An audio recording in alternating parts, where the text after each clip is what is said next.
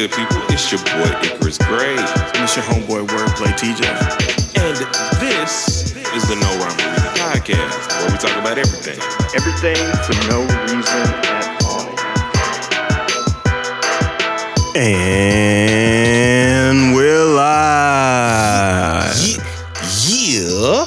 What's good, people? It's your boy Icarus Gray. And it's your homeboy Wordplay TJ. And this is the No Rhyme or Reason podcast, where we talk about everything. Everything for no reason at all.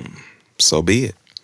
Yeah, so we are back, and what we want to talk about is Travis Scott's weird neutrality, or rather like why Pusha-T has dissed Travis Scott. And if you're not familiar, Pusha and his brother No Malice have released a new song called So Be It, and in the form of a music video, where they, you know, basically flex their Clipse like rap bars. And at the end, Pusha has a short 8-bar verse that talks about his issues with Travis Scott. And little did we know that there were actual issues with Travis Scott. And now, like, this whole reveal is leading to us having the discussion about it. So if you want to go check out So Be It, please go do that. The link will be down in the description. And so we're gonna set the scene. We're gonna talk about some of the lyrics, and then we're gonna discuss a GQ interview and just kind of break down what we think about Travis Scott's whole playing both sides situation. And so Pusha T says on So Be It, "You cried in front of me, you died in front of me. Calabasas took your B and your pride in front of me." He's talking about Travis Scott and Kylie Jenner. Mm-hmm. Her utopia had moved right up the street. So Scott moves up the street from Kylie. Her lip gloss was popping. She ain't need you to eat. She's rich off of makeup and that type of stuff. The net gonna call it the way that they see it. But I got the video. I can share and AE it. I don't know. I know what they're talking about when he's talking about AE. I don't think that this person is relevant. That person's relevant to the bars, but it's not really relevant to the audience. I don't think it really matters. I think what I'm concerned about is, like, what's the video? Yeah. But you know what I mean? Like, I'm curious, you know, at the end of the day, that'd leave us with a cliffhanger. Like, what is the video? They wouldn't believe it, but I can't unsee it. Lucky, I ain't TMZ it. So be it, so be it. So in this situation, I think we need to go to the GQ interview, or rather a continuation of the GQ interview that the Clipse had with journalist, I'm forgetting his name, Fraser Tharp. And what Fraser reported on was, hey, we had some continuance of the conversation, but this couldn't be released at the time because they hadn't released the music yet. And so we didn't want to leak music. We didn't want to leak the idea of music that hadn't been shared as a part of their rollout. So he's just respecting their rollout. And so Push was quick to add, and this is him talking to Fraser, that he doesn't hold Travis to any standard because he sees it as it is. Oh, sorry. He sees it as because as he sees it. Sorry. That's very weird phrasing, but here I am. Travis has a pattern of remaining conveniently neutral when it suits him. He's done this a lot. He has no picks. He'll do it with anybody. He did it with Sicko Mode. And when we're talking about Sicko Mode, we're talking about the fact that, like, Drake seems to diss Kanye on Sicko Mode. He also did it when he invited Future and Metro on stage during Rolling Loud, and then played liked that a bunch of times and was jumping around and just really excited about it. So, and then he also did it before Utopia, which is really what made Pusha pop out and even say something to him. Because he played the album for Pharrell, but he played Meltdown without the Drake verse that was dissing Pharrell. right. And so he was doing this back and forth, and he was really excited to play the album for Pharrell and the Clipse, who were there recording. They were recording. Let God sort 'em out. Yeah.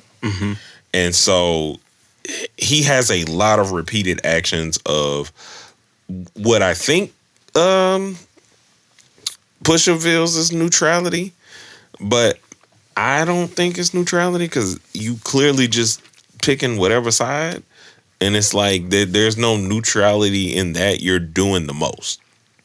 Like, Yeah, it's real snake behavior. So what's wrong with Travis Scott having a lack of neutrality in this situation, or real neutrality, right?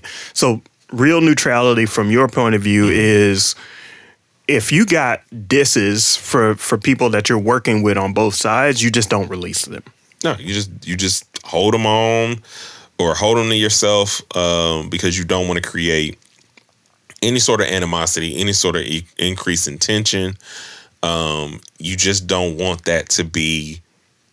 You don't want to be the guidepost for what led something where it didn't have to go. Yeah, and neutrality is you don't go champion either side. Yeah. Right. You don't go and release. Yeah, like I just said, you don't go release a verse for Drake. You don't go release a verse for, the other side. Yeah, and I get it in a certain aspect, right?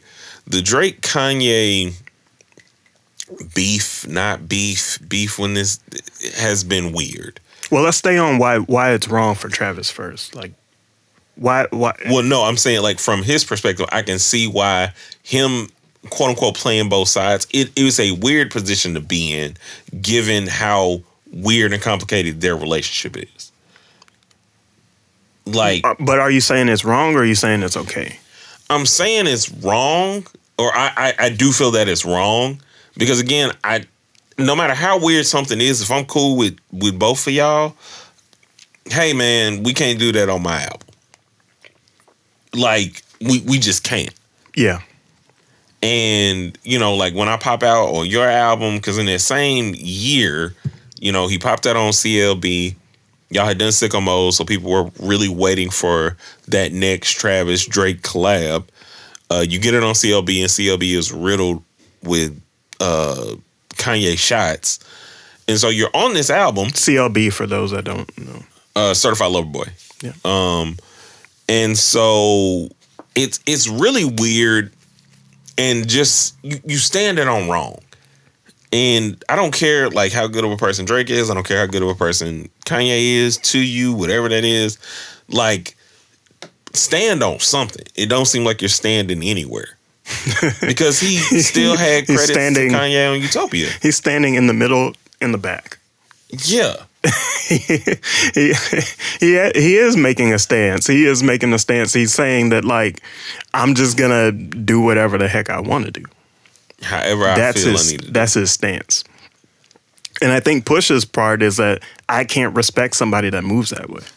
No, and I can't either, because it's just not genuine, right? Mm-hmm. So even like you do Utopia, you do the Meltdown verse, like, again, that you didn't have to put on the album, all while chilling with all of them, and then you immediately flip on that and are pushing Future and Metro to drop like that, which clearly you had heard. Yeah. So whatever disagreement or whatever you had going on with Drake, I don't necessarily understand what would make you make that decision on both ends, because it's weird. Yeah. Do you think that this was even necessary for Pusha to do? To diss Travis Scott? I think so. Okay. Why? Like, if he had just dissed Kanye, I don't think he would have popped out. But Pharrell don't mess with nobody. Pharrell don't have beef with nobody. Pharrell, well, He has beef with Chad. well, yes, but that's like family stuff, and it's deep family stuff, and it's very important. But Yeah. in terms of him as a person, you're not gonna find many people that say anything bad about Pharrell. I don't think he likes Drake right now. I mean, I don't think he does, but I don't think he really cares. I don't think it's even something that's like hitting his radar. But the point more so being, Pharrell for the Clipse, I want to come back to that piece. is everything. Yeah. Is more so where I'm getting.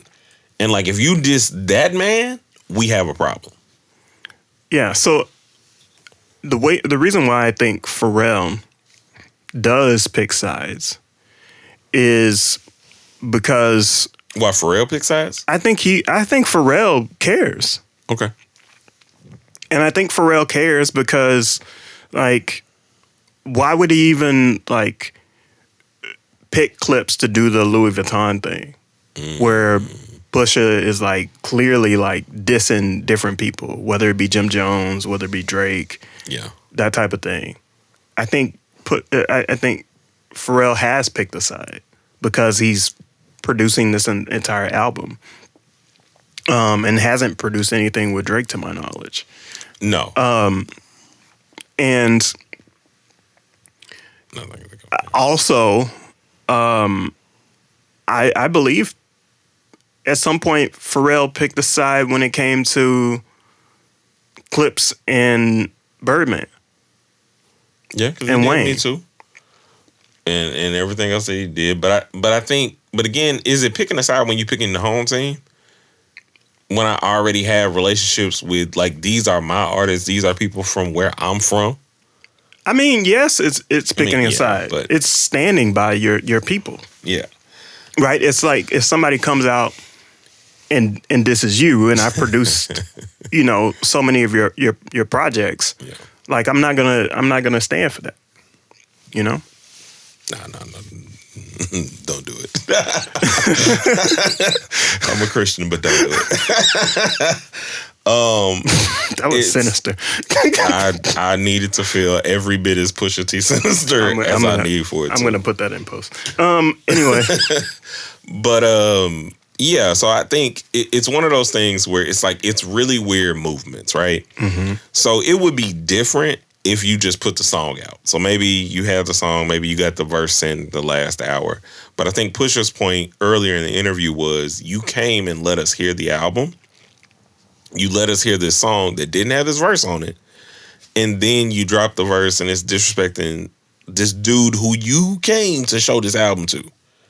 Like that don't feel a little weird to you? That ain't something that would like cause you a little bit of pause to sit for a minute and kind of be like, I don't want to put that out.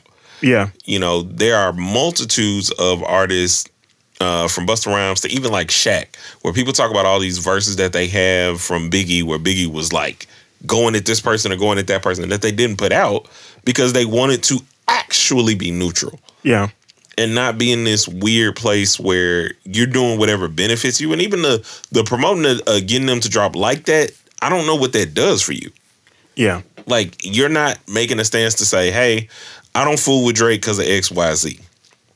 And at this point, I honestly feel like most people that don't fool with Drake outside of Kendrick and Pusha, who have legitimate reasons, the rest of y'all, I feel like it's just about a female.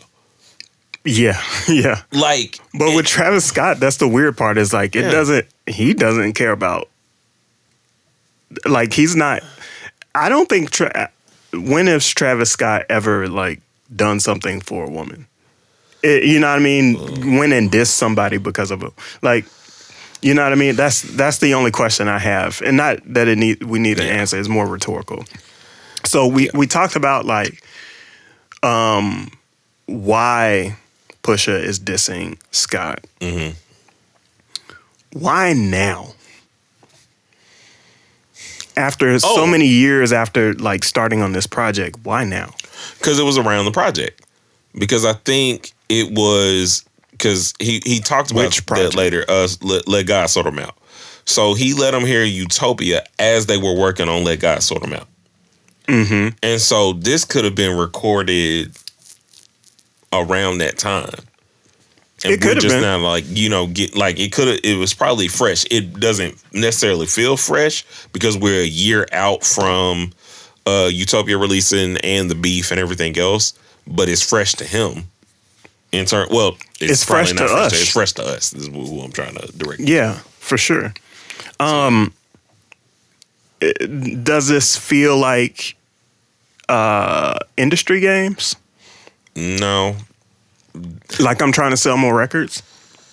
no, because Push has never needed to do that, and a Travis Scott beef does not seem like a battle you would pick if you were being inauthentic. And I mean that in the sense that Travis Scott has more views, more celebrity and cachet than Pusha T right now. Yeah. So there's no it don't do nothing for me because we know in the same era that that we live in now, the fans ain't got no loyalty. Well, they have loyalty, and technically there's enough loyalty to where you can't Ja Rule and 50 Cent me and make me irrelevant to the masses. I think the way that Pusha T heads that off is that he throws direct punches. Yeah. And he throws direct punches way more often than any other artist that I've known. But it's direct punches that that while we get the bars, whoever he's talking to understands fully what he's talking about. And I would feel away. He's the guy that he's the silent kind of stalker guy. You know what I mean? Not stalker, you know what I mean, but Yeah. he's a sniper. Yes. He is a sniper. He is calculated, knows what kind of shots he wants to take and what will actually impact and hit you. Yeah. Cause I feel like there have been years where Drake had been playing that little jab, jab, jab, jab game in him. Yeah. Throwing up light stuff. And then he was like, okay. Pow. And he was what? Mm-hmm. So then we get, the direct shots of all the songs that he made or whatever towards Pusha at that But point. I think he did the same thing with Birdman, right? What happened to that boy? Yeah. Well, not what happened to that boy, but That's that was the afterwards. onset, yeah. But That was Mr. Me Too afterwards. Yeah. is the onset, I think, of those things. But it's just But they don't waste those moments for mixtapes. No. They use those moments during an album cycle. You ever notice that? I do, but I also think it is calculated, and those are industry games. Mm-hmm. But they, again, like I said, just have the authenticity of the fact that if I don't like you, I really don't like you. Right. And it can so be whatever. They don't waste a lot of their recorded music for tapes either. No. They're more of album cycle type of artists. Yep, because even during Pusha T's good music run, he wasn't wasting music. So yeah, they did mixtapes that are more underground, to feed their audience, but they didn't, in between the hiatus of them being, signed to one place to another. Would you move the way that Travis is moving, though? Heck no. Okay. That's an easy no.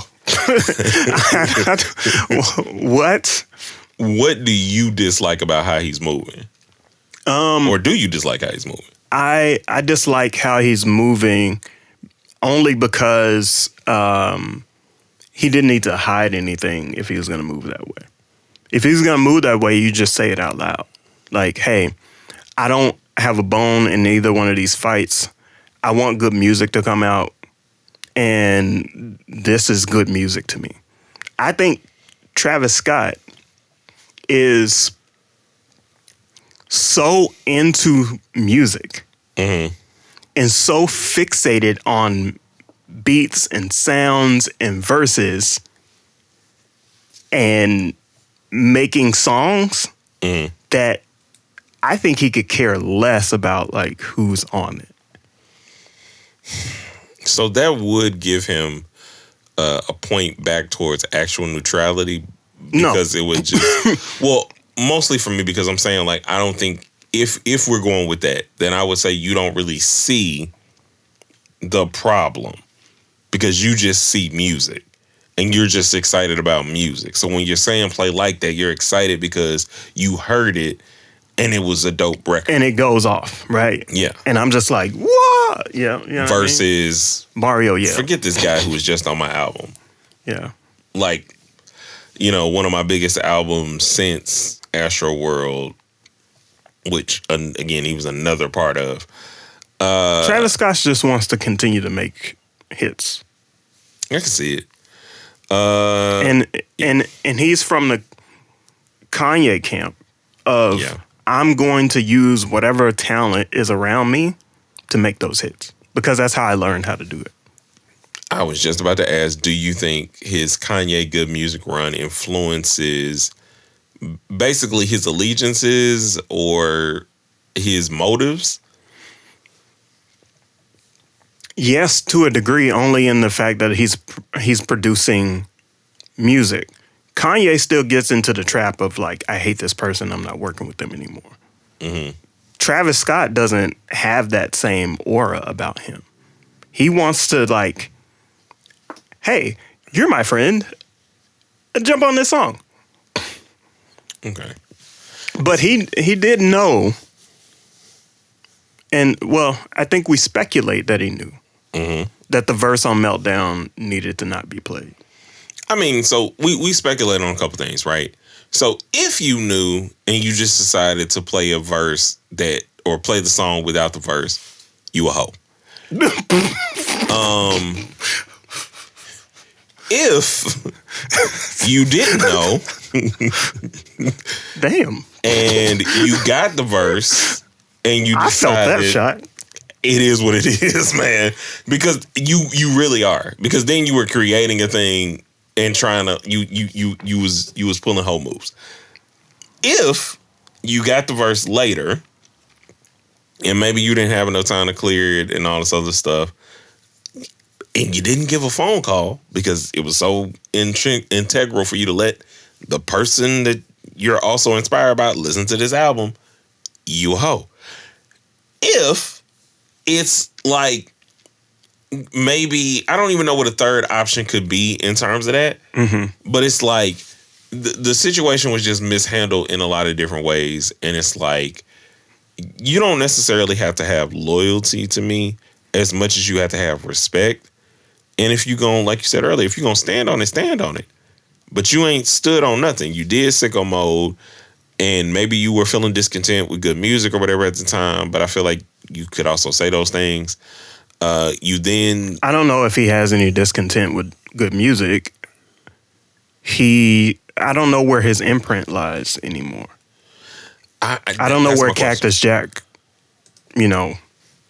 business-wise, I don't know what his business is. That's what I'm saying. So it's intriguing to kind of like figure out the breadcrumbs of why are you fake neutral is my final feelings on it. Like, do you feel like he's actually neutral, or is it just like you said, a music aspect? Is that all he sees? Yeah, I think it's just music for him. Either way, that is weird behavior, bro. It's not good behavior, right? Because you have real feelings involved. So, anyway, were y'all interested in this beef? Were you expecting Pusha T to like come out and have shots for anybody other than Drake? Let us know down in the comments. I think he a hoe. I said that like 3 times now. You making me do work in post because I'm definitely believing that out. But that's personally how I feel, because loyalty means something to me. If loyalty means something to you, let me know down in the comments. Hit that like button. Make sure you hit subscribe and the bell button so you can be notified for every time we drop one of these pieces. We'll see you in the next piece, a 1 and a 2 and a peace.